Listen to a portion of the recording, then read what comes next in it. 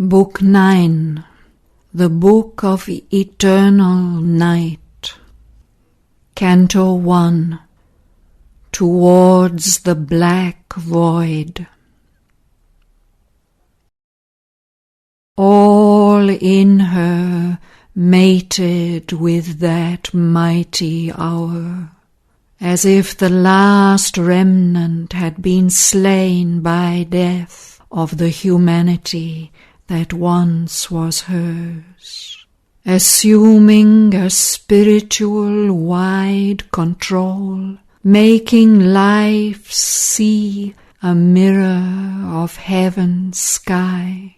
The young divinity in her earthly limbs filled with celestial strength her mortal part.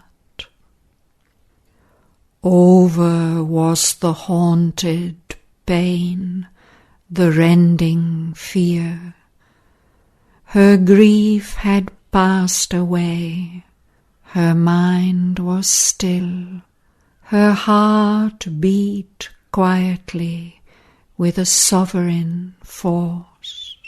There came a freedom from the heartstrings' clutch.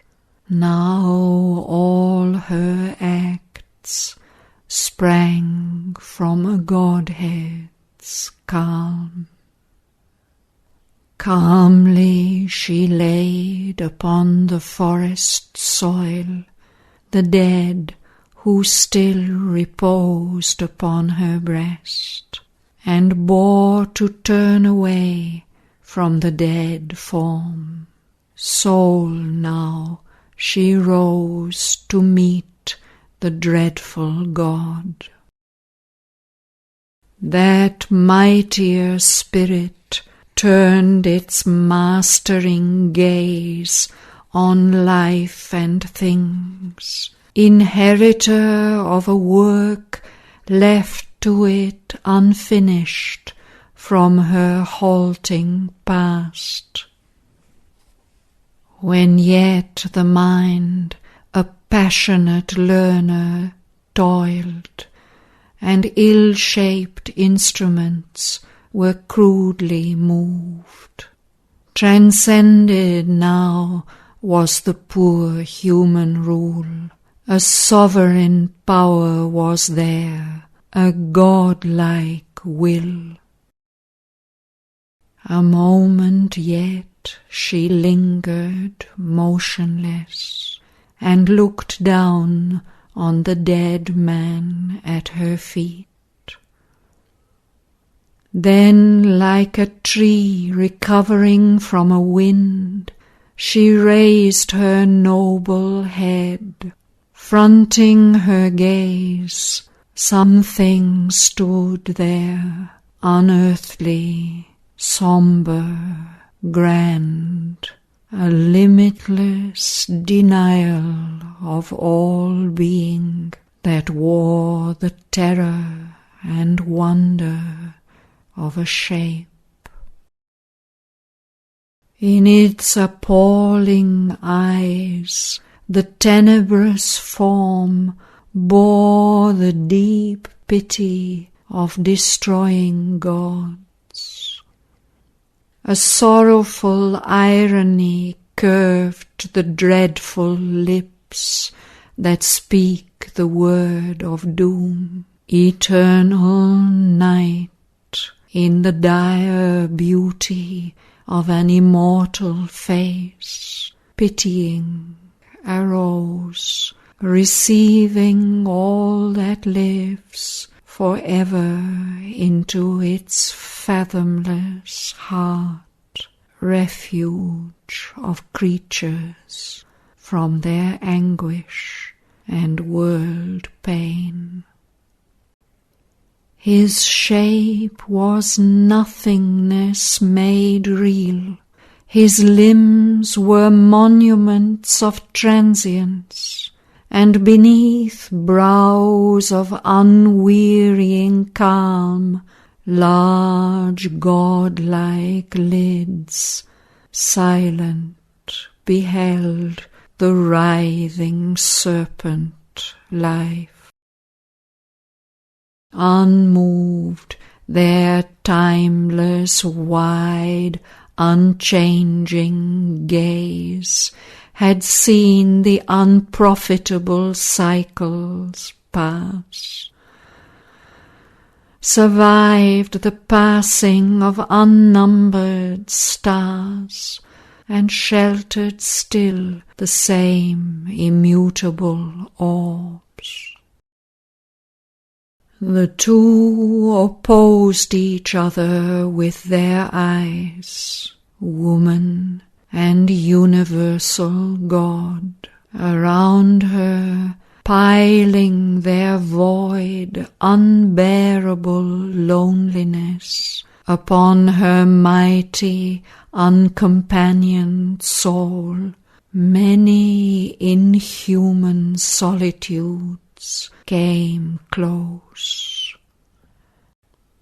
Vacant eternities, forbidding hope, laid upon her their huge and lifeless look, and to her ears, silencing earthly sounds, a sad and formidable voice arose, which seemed the whole adverse worlds. "Unclasp," it cried, "thy passionate influence, and relax, O slave of nature, changing tool of changeless law, who vainly writhest rebellion to my yoke, thy elemental grasp.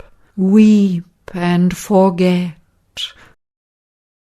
Entomb thy passion in its living grave. Leave now the once loved spirit's abandoned robe. Pass lonely back to thy vain life on earth." It ceased, she moved not, and it spoke again, lowering its mighty key to human chords. Yet a dread cry behind the uttered sounds, echoing all sadness and immortal scorn, moaned like a hunger of far-wandering waves. "Wilt thou for ever keep thy passionate hold, thyself a creature doomed like him to pass, denying his soul death's calm and silent rest? Relax thy grasp. This body is earth's and thine. His spirit now belongs to a greater power. Woman, thy husband suffers." Savitri drew back her heart's force that clasped his body still, where from her lap renounced on the smooth grass softly it lay, as often before in sleep, when from their couch she rose in the white dawn, called by her daily tasks. Now, too, as if called, she rose, and stood gathered in lonely strength, like one who drops his mantle for a race, and waits the signal, motionlessly swift. She knew not to what course. Her spirit above, on the crypt summit of her secret form, like one left sentinel on a mountain crest, a fiery-footed splendour, puissant winged, watched, flaming silent, with her voiceless soul like a still sail upon a windless sea. White, passionless, it rode, an anchored might, waiting what far-ridged impulse should arise out of the eternal depths and cast its surge.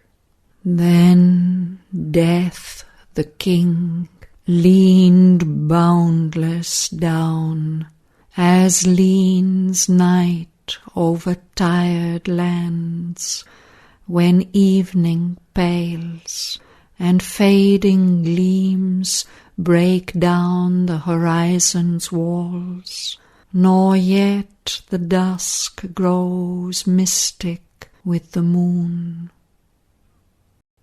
The dim and awful Godhead rose erect from his brief stooping to his touch on earth, and like a dream that wakes out of a dream, forsaking the poor mould of that dead clay, another luminous Shraddhavan arose, starting upright from the recumbent earth, as if someone over viewless borders stepped, emerging on the edge of unseen worlds.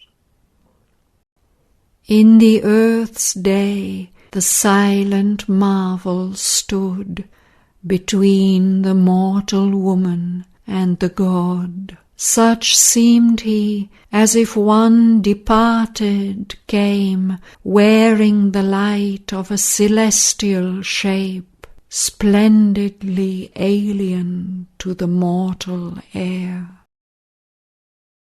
The mind sought things long loved, and fell back foiled from unfamiliar hues, beheld, yet longed, by the sweet radiant form unsatisfied, incredulous of its too bright hints of heaven.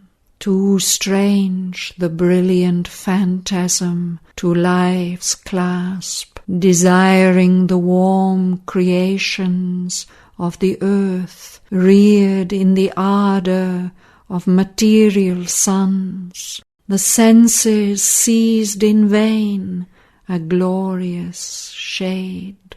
Only the spirit knew the spirit still, and the heart divined the old loved heart, though changed.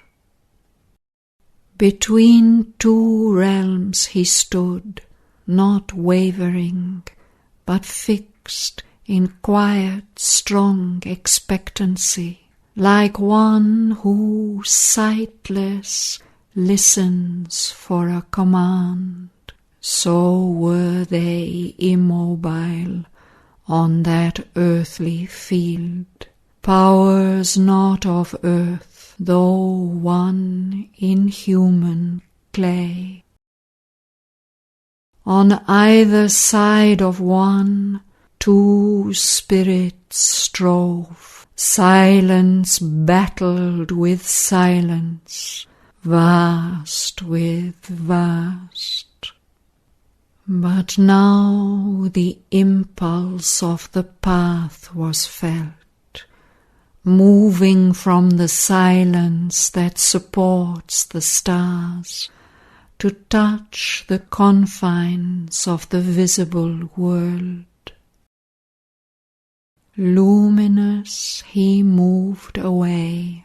Behind him death went slowly with his noiseless tread, as seen in dream-built fields a shadowy herdsman glides behind some wanderer from his voiceless herds. And Savitri moved behind eternal death, her mortal base was equalled with the gods. Wordless she travelled in her lover's steps, planting her human feet where his had trod, into the perilous silences beyond.